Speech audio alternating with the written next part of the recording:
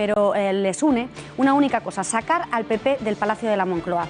Tras las elecciones del pasado 20 de diciembre no lo lograron, pero ¿quién dice que con la lección aprendida no lo consigan ahora? Estas son las 5 veloces. Muchísimas gracias, Beatriz. Nos cabe una pregunta. Este sí pero no de Mariano Rajoy, ¿qué quiere decir? ¿Y de quién sería la culpa el hecho de que Mariano Rajoy finalmente no consiguiese someterse a la investidura? Lo vemos ya en el editorial con Eduardo García Serrano.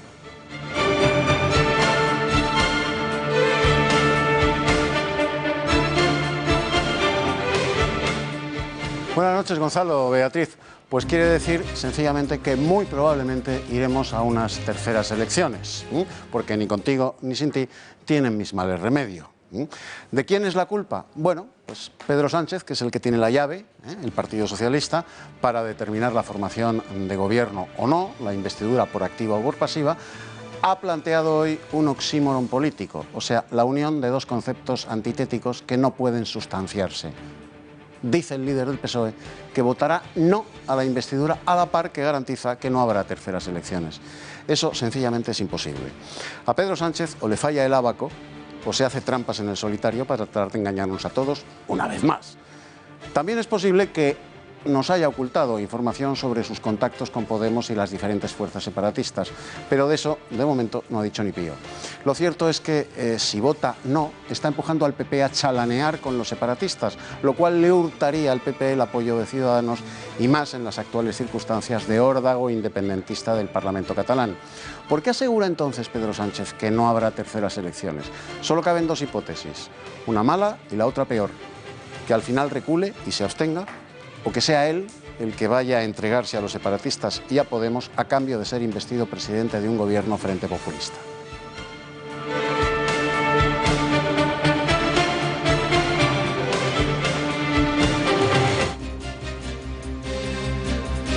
El paro baja en 216.700 personas en el segundo trimestre y se sitúa en el 20%, poco por debajo, con una cifra total de desempleados de poco más de 4.500.000 personas.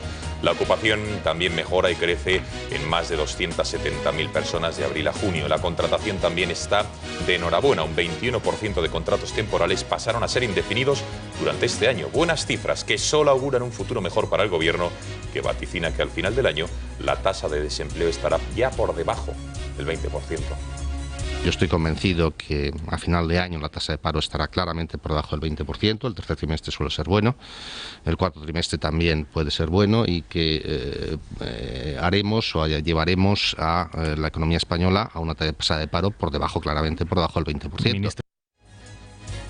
El tropezón del Papa Francisco a su llegada a una misa en Polonia, donde se está celebrando la Jornada Mundial de la Juventud, se ha convertido en una de las imágenes del día. A pesar de lo aparatoso de su caída, el Santo Padre pudo oficiar la Eucaristía, en cuya homilía alertó de la tentación de buscar el poder. Ante miles de jóvenes, Francisco recordó que Dios se sienta a la mesa cada día con todos nosotros. El Gobierno va a pedir la inhabilitación de Carme Forcadell por permitir el desarrollo y presidir el pleno parlamentario en el que, contra la sentencia del Tribunal Constitucional, se vota a favor de iniciar el proceso constituyente de desconexión con España, que va a desembocar en la declaración unilateral de independencia de Cataluña. Forcadell asegura que no contempla esa posibilidad, puesto que ella solo cumplió con el reglamento del Parlamento catalán. Però res, és a dir, jo no contemplo que hi hagi inhabilitacions per una cosa tan clara que és complir el reglament i fer el que tocava i incloure un punt a l'ordre del dia, senzillament. Juan Carlos Monedero denunciará vía penal al rector de la Universidad Complutense, Carlos Andradas, por revelación de secretos al hacerse pública la suspensión de empleo y sueldo durante 6 meses y la exigencia de restituir el 10% de sus honorarios por las asesorías a Venezuela. Ante esa situación, Pablo Echenique exigió a ese trabajador que se diera de alta, aguantó todo lo que pudo porque era consciente de la situación de precariedad de esta persona y creo que su actuación ha sido un ejercicio de ejemplo moral.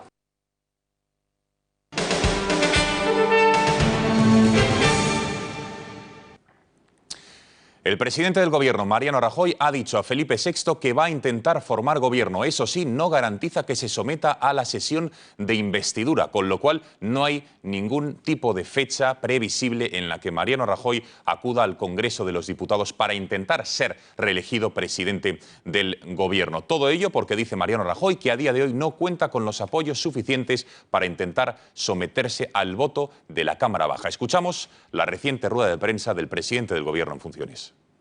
El rey me ha encargado que intente la investidura a la presidencia del Gobierno. Le he explicado que hasta el momento no cuento con los apoyos para ello, pero que acepto el encargo, que buscaré esos apoyos. Lo he estado haciendo hasta hoy y a partir de ahora lo haré además con el encargo del jefe del Estado. También estoy dispuesto a explorar la posibilidad de un gobierno en minoría, solo con los apoyos del Partido Popular. Bien es verdad que esta fórmula solo es posible si el resto de grupos garantizan una lealtad mínima para no bloquear cuestiones tan urgentes e importantes como las que tenemos planteadas ahora mismo. Por mi parte no va a faltar ni empeño ni esfuerzo. Espero encontrar en mis interlocutores la misma voluntad de entendimiento y confío en que así será. Creo que son más las cosas que nos unen que las que nos separan, sobre todo si dejamos de hablar de nuestras posiciones partidarias, las famosas líneas rojas, y atendemos a los asuntos que de verdad preocupan e interesan a los españoles. Ayer mismo asistimos a un nuevo y muy grave desafío al orden constitucional y a nuestras instituciones, en este caso por parte de algunos órganos del Parlamento de Cataluña. Daremos, como siempre hemos hecho, la respuesta pertinente en defensa de la ley, de nuestras instituciones y de los derechos de todos los españoles. Esto ocurrió hace apenas unos minutos. Vamos a estar muy pendientes al Congreso de los Diputados porque la presidenta de la Cámara Baja va a comparecer en los próximos minutos para dar cuenta de lo que le ha contado Su Majestad Felipe VI en las últimas media hora. Apenas a las 7:30 se reunían y también veremos previsiblemente a los portavoces de los principales partidos políticos que comparezcan de nuevo para valorar la decisión que ha tomado Mariano Rajoy. Como les decíamos, esta tarde finalizaba, por tanto, la segunda ronda de contactos del rey con los líderes de los partidos que obtuvieron representación parlamentaria en las pasadas elecciones, a excepción, como saben, de Bildu y de Esquerra, que rechazaron reunirse con el monarca. Tras verse por la mañana con el líder de Ciudadanos, Albert Rivera, y posteriormente recibir a los dirigentes de Podemos y del PSOE, no ha sido hasta las 6 de la tarde cuando el ganador de las elecciones, Mariano Rajoy, ha despachado con Felipe VI en la zarzuela para comunicarle su decisión de intentar formar gobierno a pesar de no comprometerse a presentarse a la investidura. Bueno, y ahora la pregunta fundamental es ¿cuáles han sido los principales titulares que han dado los 4 líderes que se han reunido, en este caso 3, Partido Socialista, Partido de Ciudadanos y el Partido de Podemos de Pablo Iglesias? ¿Cuáles han sido los principales titulares que han dado en esa reunión con el monarca? Tenemos ya, como ven en sus pantallas, a María Matos, Cristina Ramos y Yael Nadelar. ¿Con quién empezamos, Beatriz? Pues empezamos por María, que ha seguido la comparecencia de Pedro Sánchez. El secretario general de los socialistas ha avanzado que su partido rechazará esa investidura de Mariano Rajoy, dando por hecho que se presentaría, al tiempo que ha garantizado que no habrá terceras elecciones. ¿Cómo es esto posible? María Matos, buenas noches. Cuéntanos qué más ha dicho Pedro Sánchez. Buenas noches, Beatriz. Pues sí, nos hemos quedado con esas dos afirmaciones. Pedro Sánchez le ha trasladado al rey que va a votar no en la investidura de Mariano Rajoy, pero al mismo tiempo ha exigido que el líder del Partido Popular se presente a esta investidura, aunque no tenga los apoyos suficientes. Y algo que también nos ha llamado mucho la atención es que se mostraba pues como muy convencido cuando decía que va a haber gobierno muy pronto y que no vamos a ir a unas terceras elecciones, por lo que no le hemos entendido muy bien esas sus intenciones, ya que los periodistas le preguntaban pues por activa y por pasiva si se iba a presentar a una investidura, a esa alternativa, y él no ha hecho más que esquivar las preguntas, por lo que podemos decir que Pedro Sánchez no se ha ofrecido de manera, pues, como decirlo, oficial a esa investidura, pero sí que podemos decir que lo ha dejado en el aire. Le escuchamos. Por eso vamos a votar no a la investidura del señor Rajoy. Por tanto, lo que tiene que hacer es dar un paso al frente, presentarse a la investidura e intentar solicitar la confianza mayoritaria de la Cámara. Estoy convencido de que habrá gobierno, de que la legislatura echará a andar y que, por tanto, tienen que tener plena confianza. Muchísimas gracias, María. Vamos ya a escuchar qué es lo que ha dicho el líder de Podemos. Cristina Ramos nos lo va a contar, porque Iglesias ha llegado a la zarzuela con su no a Rajoy y esperando que Sánchez tome la iniciativa para formar un gobierno progresista. A tal efecto ha asegurado que van a permanecer con los oídos muy abiertos ante cualquier propuesta que proceda del PSOE. Cristina Ramos, buenas noches. Más titulares de Pablo Iglesias. Muy buenas noches. Pues como sabemos, el rey ha finalizado hace tan solo unas horas esta reunión con los partidos políticos y uno de los protagonistas indiscutibles en esta jornada ha sido Unidos Podemos. Su líder, Pablo Iglesias, ha ratificado una vez más su no al líder del Partido Popular. Además, reconocen que el rey no está para presionar a nadie y por ello desde su partido descartan ir a unas terceras elecciones. Insisten, como decía, en que dirán no a una investidura a Mariano Rajoy porque para Unidos Podemos creen que la mejor alternativa es un gobierno de coalición de izquierdas. Le he transmitido a este respecto que en caso de que hubiera una investidura del Partido Popular, nuestro voto sería negativo. Le he explicado también que en caso de que se abriera la opción a otra alternativa, a un gobierno de coalición de izquierdas, pues bueno, esta ha sido nuestra propuesta. Muchísimas gracias, Cristina. Por último, abordamos la postura de Albert Rivera, el primero en despachar con Felipe VI esta mañana, que habría trasladado al rey su intención de apoyar un gobierno de consenso sin Mariano Rajoy o de permitir un ejecutivo del PP en minoría, contando, eso sí, con la abstención de los socialistas. Yael Nadelar, buenas noches. ¿Qué más ha dicho Albert Rivera? Hola, buenas noches. Así es, Rivera se ha reunido hoy con el rey en esta tercera y última jornada de la ronda de contactos. El líder de Ciudadanos ha afirmado que ha acudido ante Felipe VI con soluciones y no con problemas y ha recalcado que la solución para España pasa por un gobierno fuerte que luche contra la corrupción y que tenga las manos limpias. Nosotros no le hemos ido al rey con problemas, sino con soluciones. Ante todos esos retos, una reforma constitucional que sería necesaria y deseable en los próximos años para actualizar nuestro sistema constitucional, ante todos esos desafíos, nosotros creemos que la solución a lo que pasa hoy en España es un gobierno fuerte, un gobierno que luche contra la corrupción y con las manos limpias y un gobierno de consenso entre los principales partidos constitucionalistas de este país. Que cuente con Ciudadanos si el PSOE y el PP estuvieran dispuestos a buscar un gobierno de consenso, con un presidente de consenso, con un gobierno limpio y que defendiera la agenda de reformas y de unidad que necesita este país en estos momentos. Muchísimas gracias a las tres. Si hay cualquier novedad sobre las futuras ruedas de prensa en los próximos minutos de los líderes de estos tres partidos, nos pedís paso y nos contáis. Gracias a todas. ¿Y ahora qué? De momento sabemos, por lo que han dicho los propios partidos, que ninguno va a apoyar la investidura de Mariano Rajoy. El PP ha sufrido la negativa de Nuevas Canarias, lo van a ver en sus pantallas. También ha recibido la negativa del Partido Nacionalista Vasco, de Convergencia Democrática de Cataluña, de Podemos, del Partido Socialista, de Bildu y de Esquerra Republicana. Tan solo partidos como Coalición Canaria o Ciudadanos estarían dispuestos a abstenerse para permitir la investidura de Rajoy en segunda vuelta, por lo que de momento lo están viendo con colorines en sus pantallas. El PP solo puede contar con sus 137 escaños y 2 abstenciones. Tan simple como coger una calculadora y sumar los apoyos. Una obviedad sobre la que llama la atención Pedro Sánchez, que recuerda a Mariano Rajoy que hasta llegar a los 176 escaños le queda un trecho. Y es que, aun en el mejor de los escenarios para los populares, teniendo en cuenta que consiguieran finalmente el sí de Ciudadanos, conseguirían 169 escaños. Aún necesitarían el apoyo de los que quieren romper España. Sin el apoyo de los socialistas, Sánchez sabe que a Rajoy no le queda más salida que pactar con los que quieren romper España. Eso o terceras elecciones.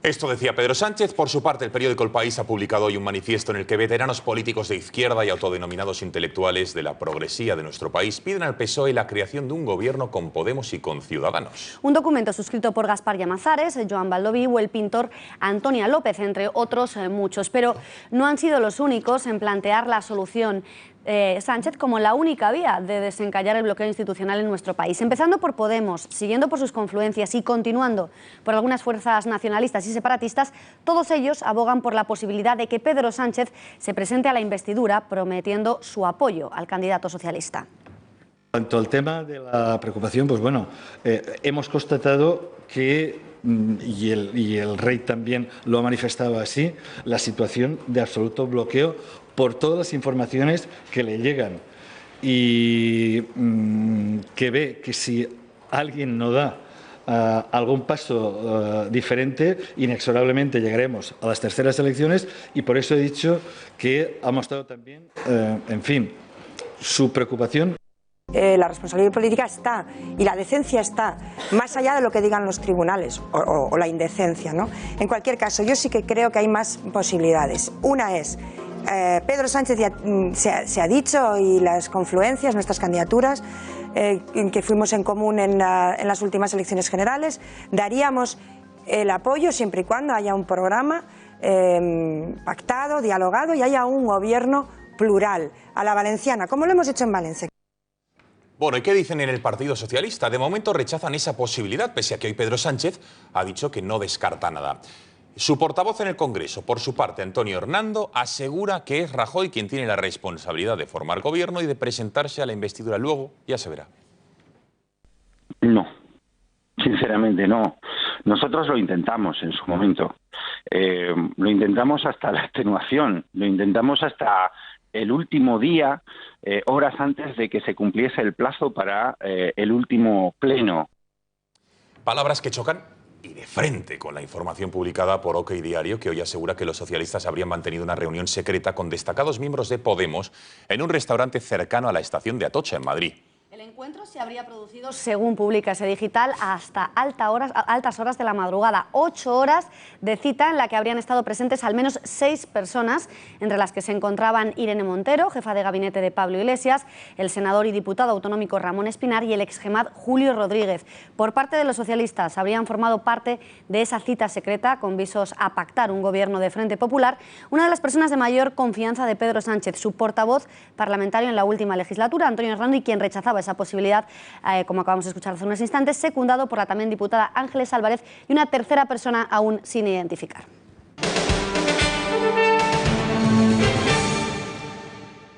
Me parece gravísimo que mientras se está produciendo esto en Cataluña, el PP y el PSOE estén dispuestos a regalarles un grupo parlamentario a Convergencia cuando no se lo han ganado en las urnas, ¿no? Me parece que es la vieja política de los viejos partidos, también por parte del nuevo gobierno de España, y este es uno más de los retos que hay que afrontar en este país y que algunos quieren dejar congelados mientras no haya gobierno.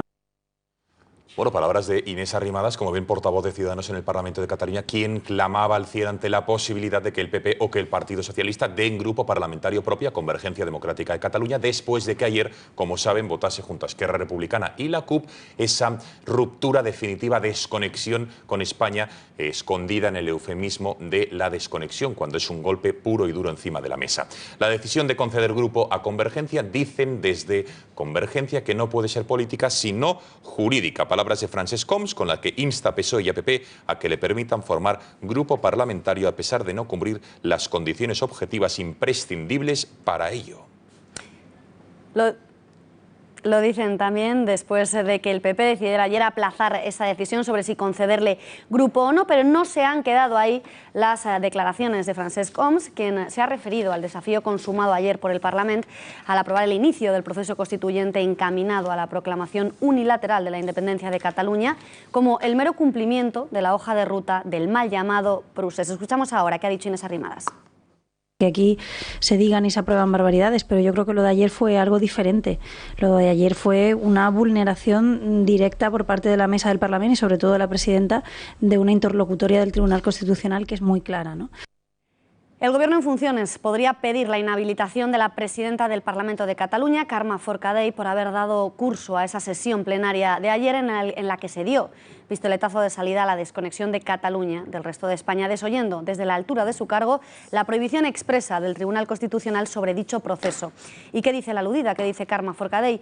Que no contempla esa posibilidad de ser inhabilitada, puesto que ella, dice, se limitó a cumplir el reglamento de la Cámara, obviando esa sentencia del Constitucional que le prohibía expresamente esa acción. Però res, és a dir, jo no contemplo que hi hagi inhabilitacions per una cosa tan clara que és complir el reglament i fer el que tocava i incloure un punt a l'ordre del dia, senzillament.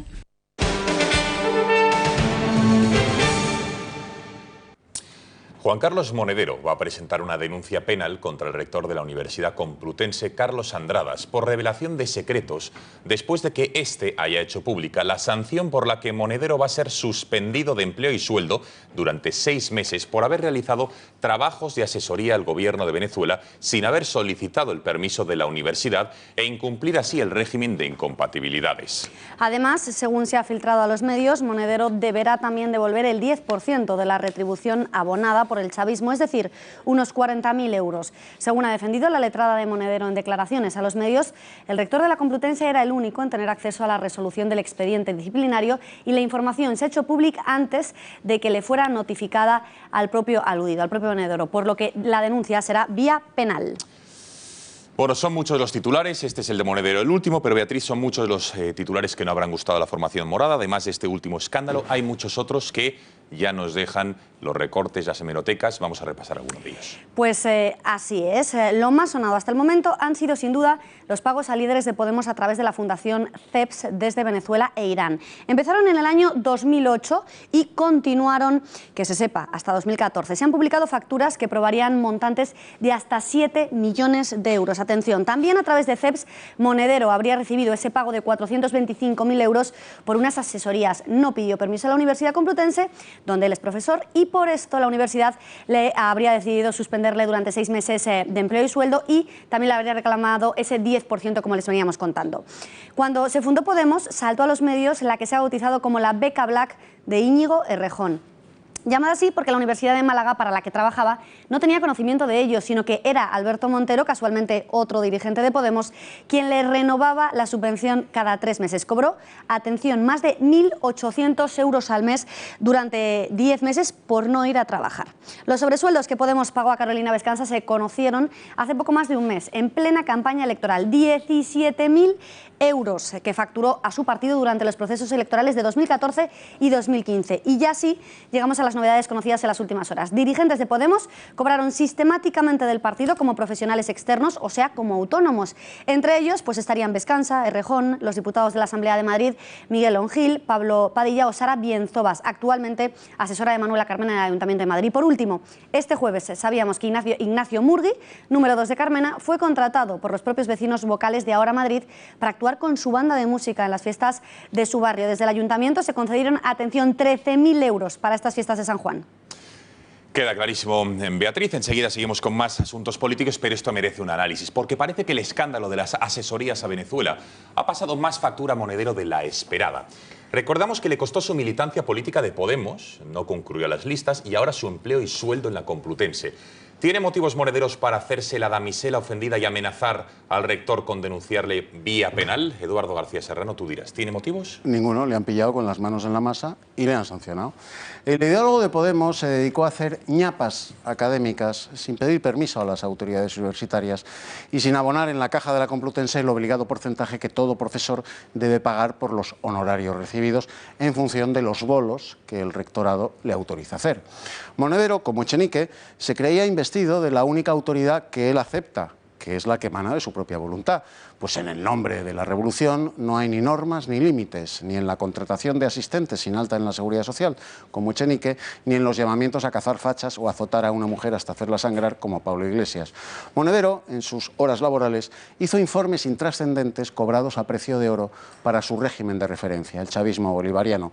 Cobró en función de los cachés y las tarifas capitalistas a mayor gloria del marxismo revolucionario, y encima lo hizo de matute, ocultándose en la universidad. Vamos, que se comportó como un vulgar burgués chorizo. Le han suspendido de empleo y sueldo durante 6 meses. Gracias le sean dadas al rector de la Complutense. El curso que viene no podrá intoxicar a sus alumnos durante 6 meses. Muchísimas gracias, Eduardo. Hay más novedades en la formación morada porque Pablo Iglesias quiere ser comparado con Jimmy Carter en lugar de con Hugo Chávez.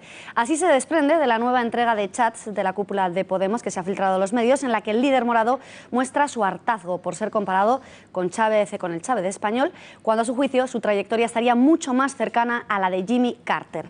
¿Es Carter un político digno de admiración? Repasamos su legado en la siguiente crónica. Jimmy Carter, presidente de Estados Unidos entre 1977 y 1981 y referente de Pablo Iglesias, dejó un legado controvertido, especialmente en lo que a política exterior se refiere. La resolución poco satisfactoria de la crisis de los rehenes en Irán hizo que perdiera la reelección y aupó a Ronald Reagan a la Casa Blanca. Tras la caída del Shah de Persia, el ayatolá Khomeini llegó al poder en Irán encabezando la revolución islamista.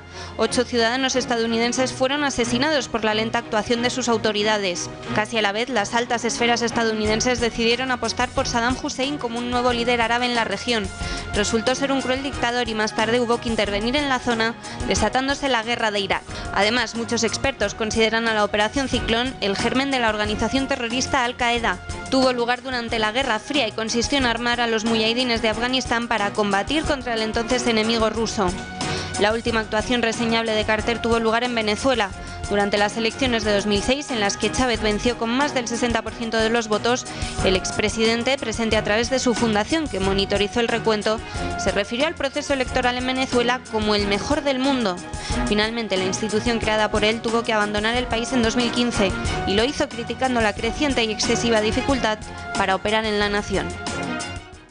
Por cierto, que Jimmy Carter es uno de los mayores soportes que tiene Hillary Clinton. Es una de las personas que ha hecho más activa campaña en favor de la candidata demócrata, esta feminista radical, hacia la Casa Blanca. Más asuntos, porque esto es lo que decía Pablo Iglesias, pero los morados siguen esperando titulares. Centramos ahora nuestra vista en el escándalo protagonizado por su secretario de organización tras saltar a la luz que tuvo trabajando para él a una asistente sin contrato y sin darle de alta en la Seguridad Social.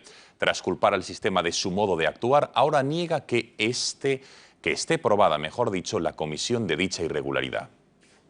Para mí, estamos hablando además de que, bueno, yo ahora mismo estoy hablando con abogados, no está en absoluto claro que haya alguna irregularidad. De cualquier manera, si la hay, no tengo ningún problema en afrontar la sanción que tenga que afrontar. ¿Y qué dice Pablo Iglesias? Cierra filas en torno a su número 3, del que dice que su comportamiento ha sido siempre intachable y al que pone como un ejemplo de integridad moral. Creo que Pablo Echenique ha dado en 48 horas más explicaciones que Mariano Rajoy en 4 años. Ha quedado bastante claro que Pablo Echenique no ha cometido ninguna irregularidad y creo que su actuación ha sido un ejercicio de ejemplo moral y lo digo así.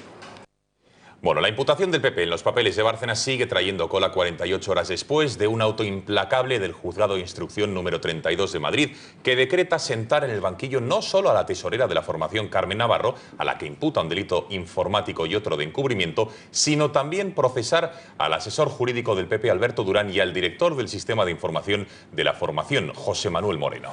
Un auto demoledor en el que la magistrada acusa al Partido Popular de haber borrado deliberadamente los discos duros de Bárcenas hasta en 35 ocasiones, con la clara determinación, dice, de impedir que datos importantes relativos a la contabilidad paralela y otros extremos que Bárcenas guardaba en los ordenadores portátiles usados por él a lo largo de los años vieran la luz.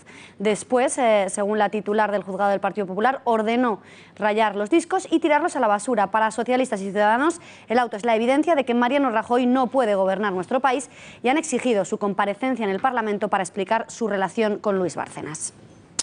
Bueno, ¿y cuál es la reacción en el Partido Popular? Si hasta ahora su discurso había sido el de respetar todas las decisiones judiciales, ayer Celia Villalobos rompía a todas luces ese patrón al poner en duda la independencia de la jueza responsable de este auto, asegurando que los jueces también tienen sus preferencias y al igual que hay magistrados a los que no les gusta el PP, hay otros que les gusta el fútbol, el Madrid, el Barça, otros son comunistas y dice que otros simpatizantes del PSOE. Mire, los jueces son seres humanos con sus aficiones, a uno le gusta el Real Madrid, a otro le gusta el Barça, a otro el Málaga, a otro le gusta el PP, a otro le gusta el PSOE, a otro le gusta el Partido Comunista, porque son seres humanos normales, tienen derecho a equivocarse, a cometer errores, a dejarse guiar más por lo que sienten, por lo que la realidad es, pero claro, es que los ordenadores del Partido Popular no son del señor Bárcenas. Pues gravísima insinuación de Celia Villalobos que pone en duda la independencia de la justicia en nuestro país, Eduardo. Vaya, ella que siempre ha creído en la independencia del Poder Judicial. Celia Villalobos, como todos sus colegas de gremio profesional, los políticos, es una exégeta y una propagandista de esa mentira de consenso que consiste en reafirmar ad nauseam la independencia del Poder Judicial, algo que los justiciables y hasta los jueces sin ambición política sabemos que no es cierto. A Celia Villalobos se le llenaba la boca con el mantra ese de que las decisiones judiciales hay que respetarlas aunque no se compartan. Pues bien, Celia Villalobos se ha mostrado tal como realmente es y tal como realmente piensa, en cuanto un juez ha decidido procesar al PP por el borrado de los archivos de Luis Bárcenas, en cuya memoria estaban los nombres y la contabilidad de los miembros del PP que eran agasajados con cajas de puros en las que no había ni cohibas ni habanos. Había billetes, muchos, de 500 euros para completarles en negro, por supuesto, sus magros sueldos. Pues bien, Celia Villalobos ha dejado de creer de súbito en la independencia del Poder Judicial y de ofrecer sus respetos incluso a las sentencias que no le gustan, porque, según ella, los jueces también tienen sus preferencias políticas. Y, por supuesto, el que ha empurado al PP debe ser de Podemos o del PSOE. En cualquier caso, Celia, la culpa será del ministro de Justicia del PP, que no le ha adjudicado el caso a un juez del PP, que también los hay, Celia, también.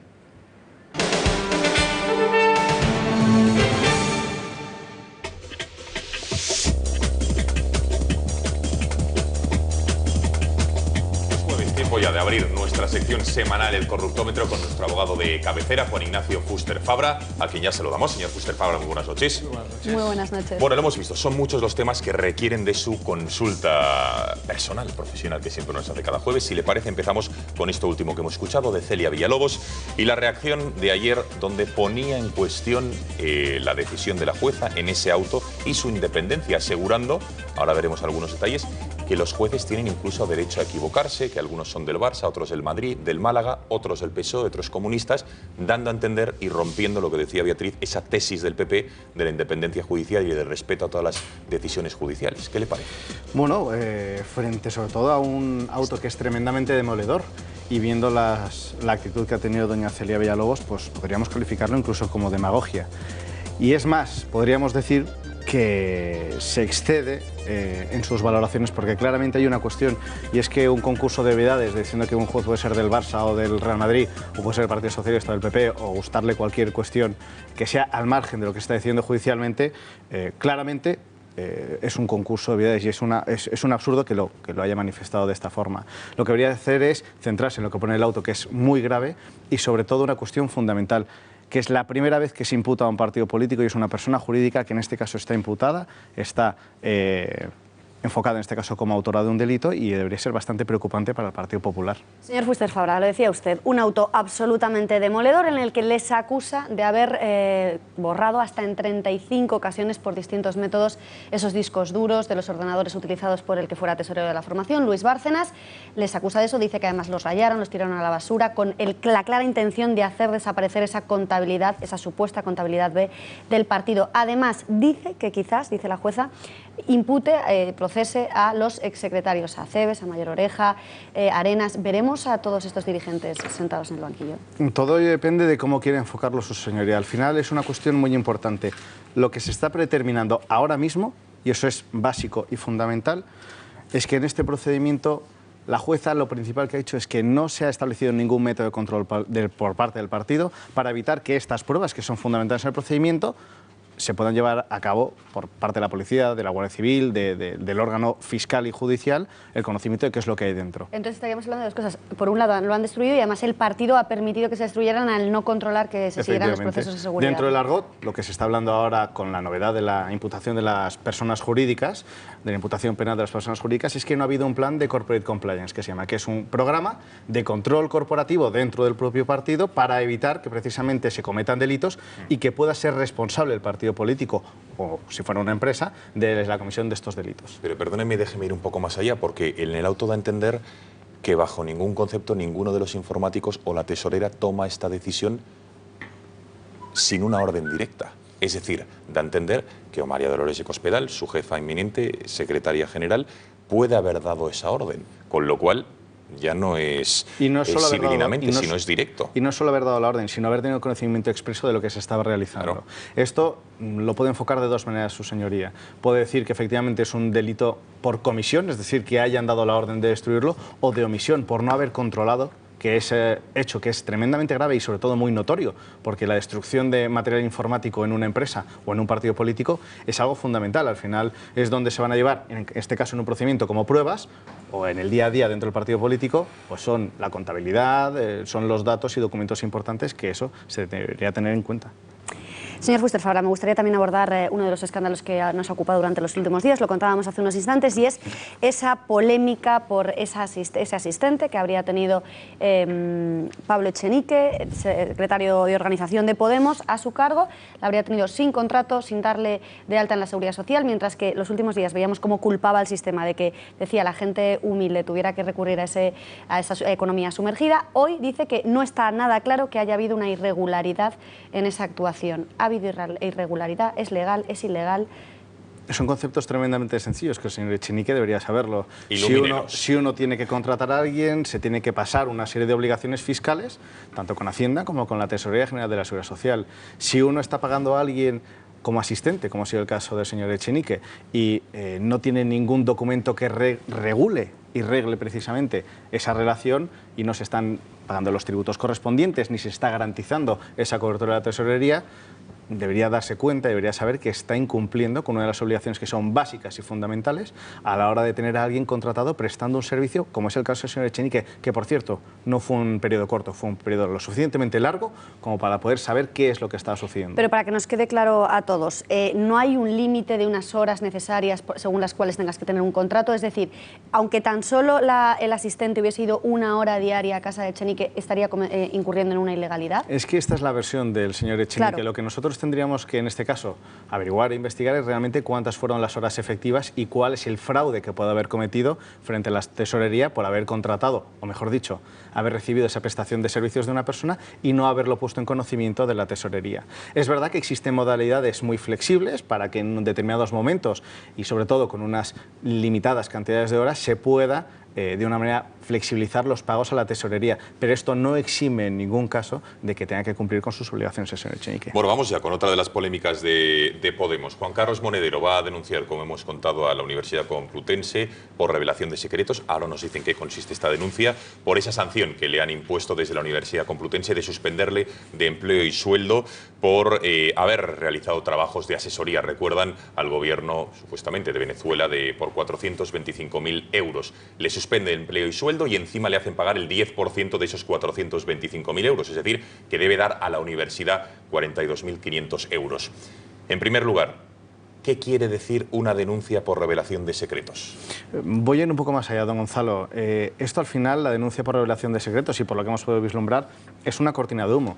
La revelación de secretos se utiliza cuando realmente existe una información confidencial a la cual no tienen acceso terceros y que no puede ser pública, en la cual alguien decide ponerlo en conocimiento de un tercero de manera más capciosa y, en este caso, pues sería tendente a la mala fe.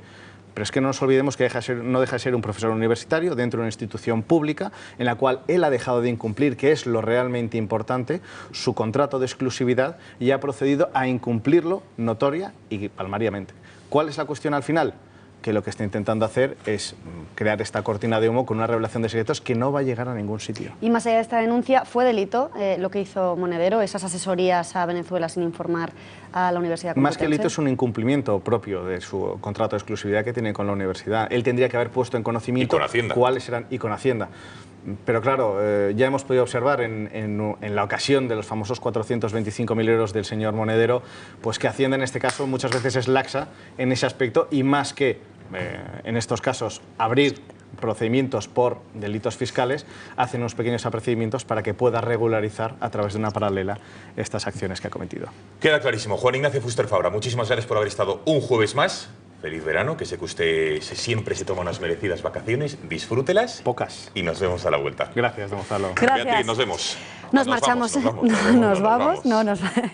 Nos vamos, pero les dejamos en Punto Pelota News, después el gato al agua, que hoy sí que no se lo pueden perder más que nunca, y también les dejamos como siempre informados en Gaceta.es y en puntopelota.es. Ha sido un placer, señores, muchísimas gracias por su confianza. Nos despedimos con esa noticia con la que abríamos este informativo. Mariano Rajoy acepta la encomienda del rey de intentar formar gobierno, pero no se compromete a someterse a la investidura, con lo cual es un sí, pero no. Lo veremos. Más información esta noche, como les decía Beatriz, en el Gato al Agua. Gracias por su confianza. mañana a las 8 de la tarde aquí puntualmente. Adiós.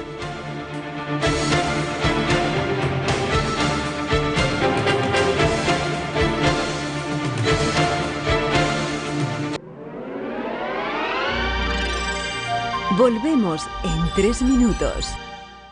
Estoy pensando en alquilar mi vivienda, pero me da tanto miedo. ¿Y si no me pagan? ¿Y si se retrasan los pagos? ¿Y si me destrozan la vivienda? Si hubiera algún gestor que me pagara las rentas en lugar del inquilino despreocupándome de todo... Somos la única empresa del mercado cuyo grado de implicación en la gestión del alquiler llega hasta el punto de pagar directamente y sin ningún retraso a los propietarios las rentas de los inquilinos a los que seleccionamos. Agencia negociadora del alquiler, el alquiler sin riesgos. Porque nuestro conocimiento es su seguridad. Si tiene un coche automático, déle el mejor cuidado en Automatic. Hacemos el mantenimiento y reparación de su cambio automático. Tú conducirás más tranquilo, ellos más seguros. Automatic. Expertos en cambios automáticos. Si al mejor jamón cocido le ponemos música y una familia, ¿qué tenemos? Un anuncio. Si a ese anuncio le quitamos la familia y la música, ¿qué nos queda? El mejor jamón cocido. Y si al mejor jamón cocido le quitamos sal, grasa y calorías, ¿qué tenemos? Bienestar, el sabor con más corazón. El Pozo. En algún momento de su vida usted va a necesitar un abogado. Divorcios, herencias, hipotecas, compraventas, alquileres, despidos, crisis de empresas, pensiones de cualquier clase, problemas con el banco, cuestiones penales, accidentes, seguros, impuestos. Podemos ayudarle a resolver todos estos asuntos. Ante cualquier contratiempo legal, ahí está Miguel Durán y su equipo para ayudarle con su larga experiencia y con el mejor trato humano posible, el que usted merece. No lo dude, si tiene problemas legales o va a hacer algún negocio jurídico, acuda a nosotros y le ayudaremos. Su problema lo hacemos nuestro y lo resolvemos. Y si al mejor jamón cocido le quitamos sal, grasa y calorías, ¿qué tenemos? Bienestar, el sabor con más corazón. El Pozo. Los pequeños y medianos empresarios son el motor económico de nuestro país. Por eso Intereconomía quiere ayudarles con el lanzamiento de Intereconomía Energía Pymes. Son muchas las empresas que se están beneficiando de un 20% de descuento sobre la tarifa ahorro. Le realizamos de manera gratuita un estudio de potencia. Empieza a ahorrar llamando ya al 91 193 16 00. Ahorrarás apoyando a tu grupo. El Club de Amigos sigue viajando. Próximos destinos: Roma, del 19 al 22 de septiembre.